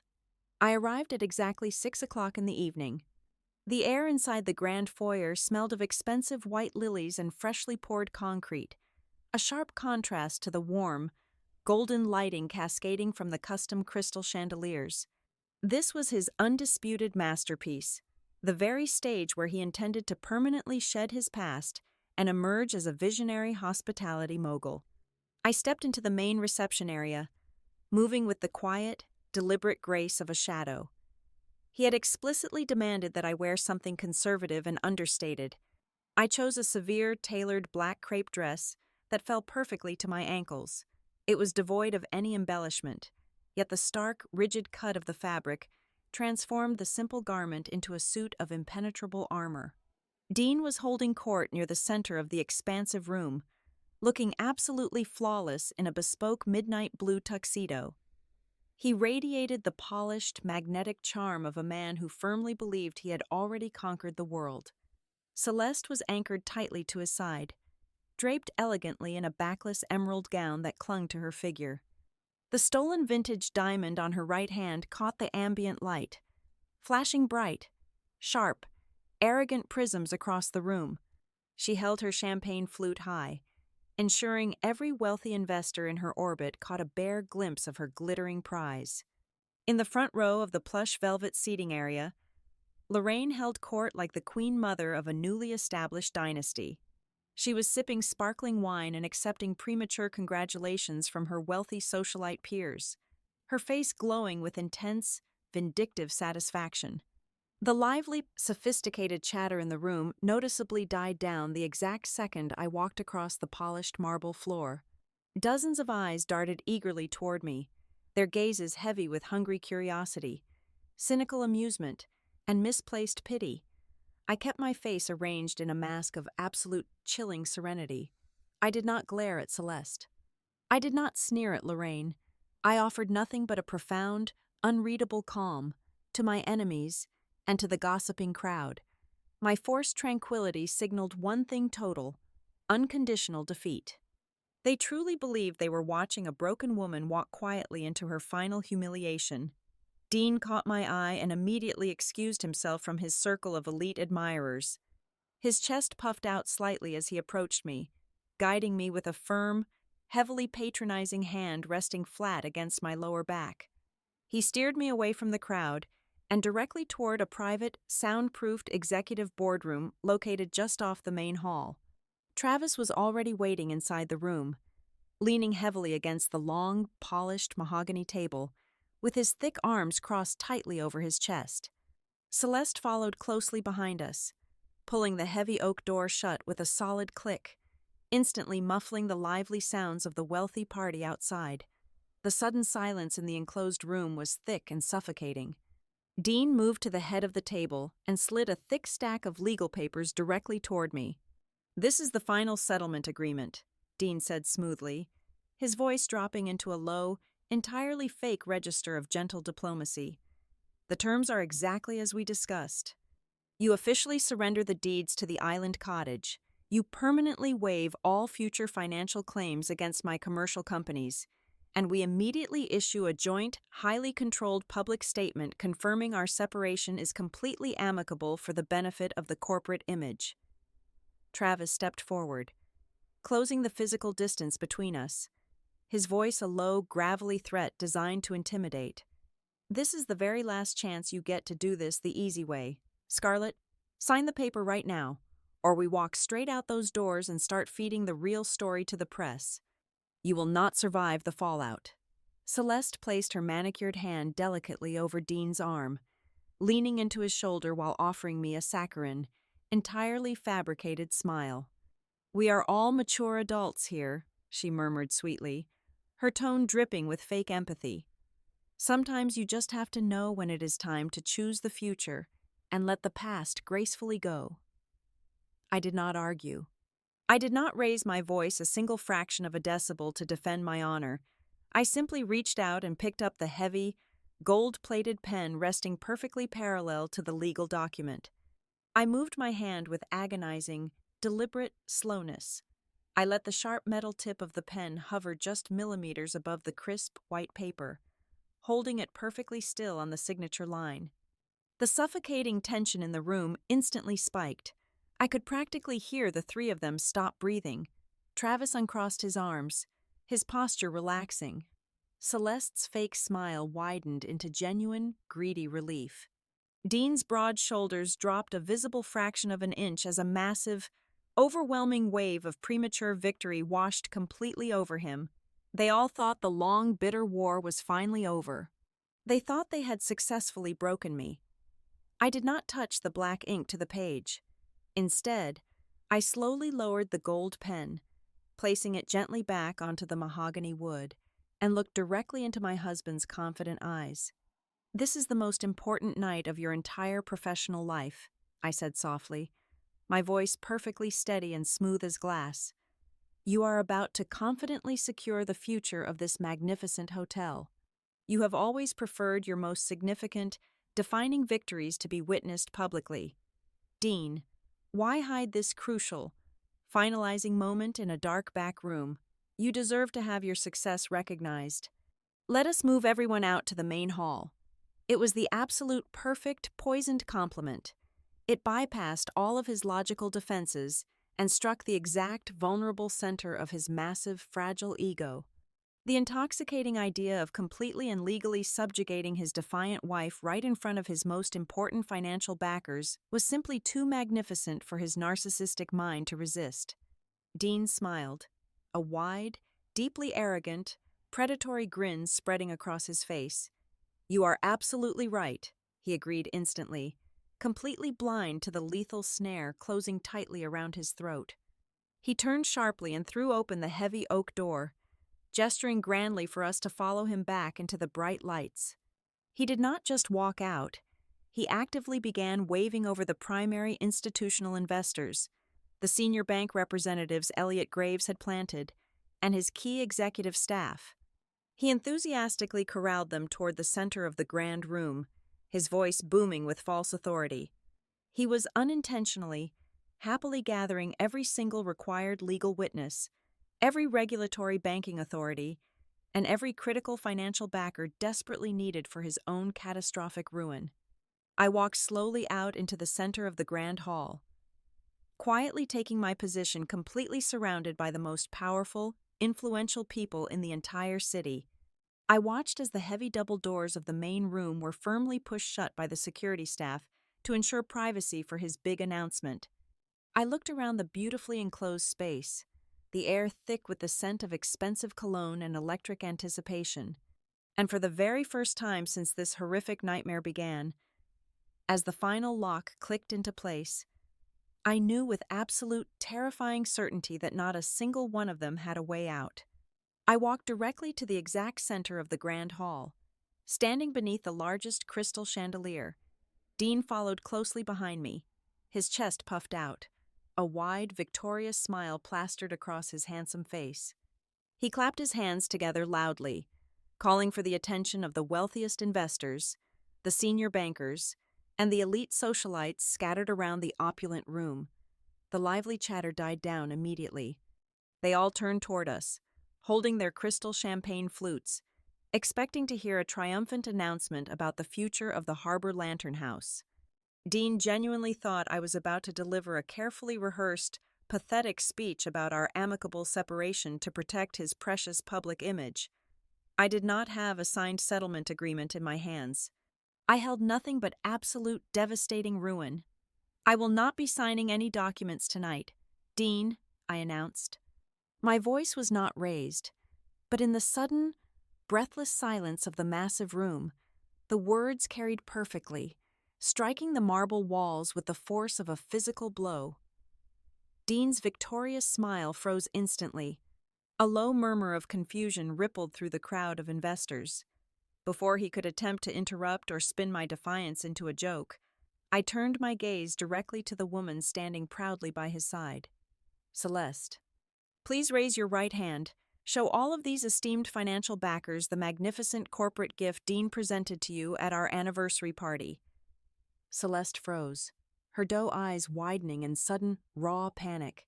She instinctively pulled her hand behind her back, but the damage was already done. The investors in the front row were already staring. "You do not need to hide it." A sharp, commanding voice rang out from the back of the crowd. The wealthy guests parted like the sea as Naomi Pike stepped into the brilliant light.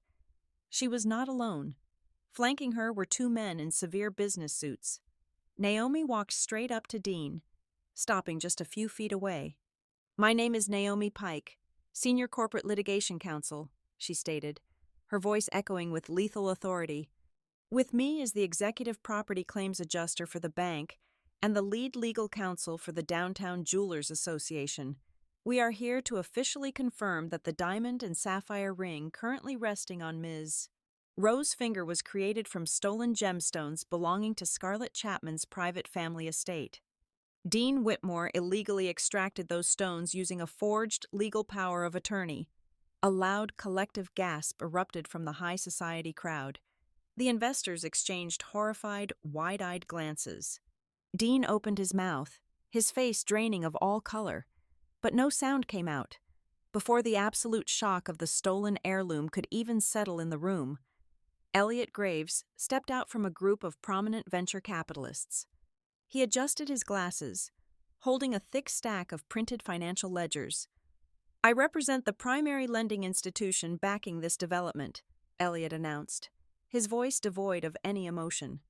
"Following a highly secure internal audit initiated 48 hours ago, we have discovered severe, undeniable misuse of the restricted foundational funds for the Harbor Lantern House.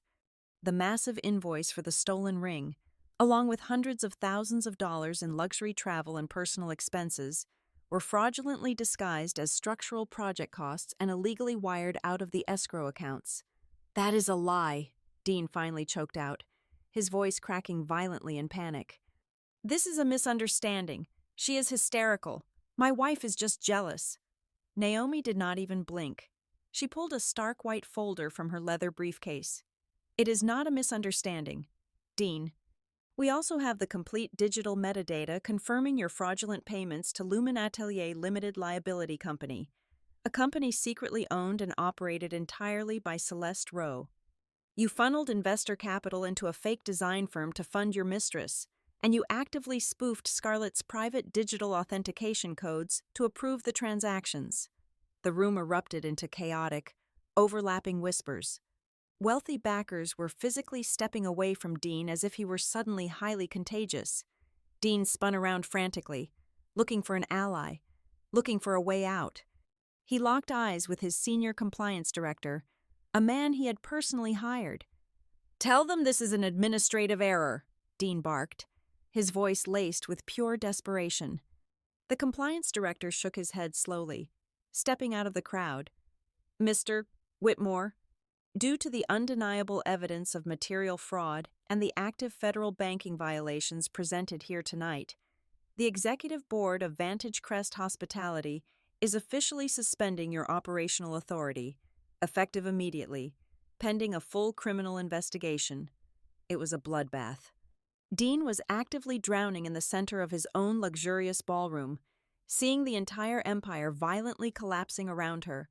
Celeste's fragile, artificial composure shattered entirely.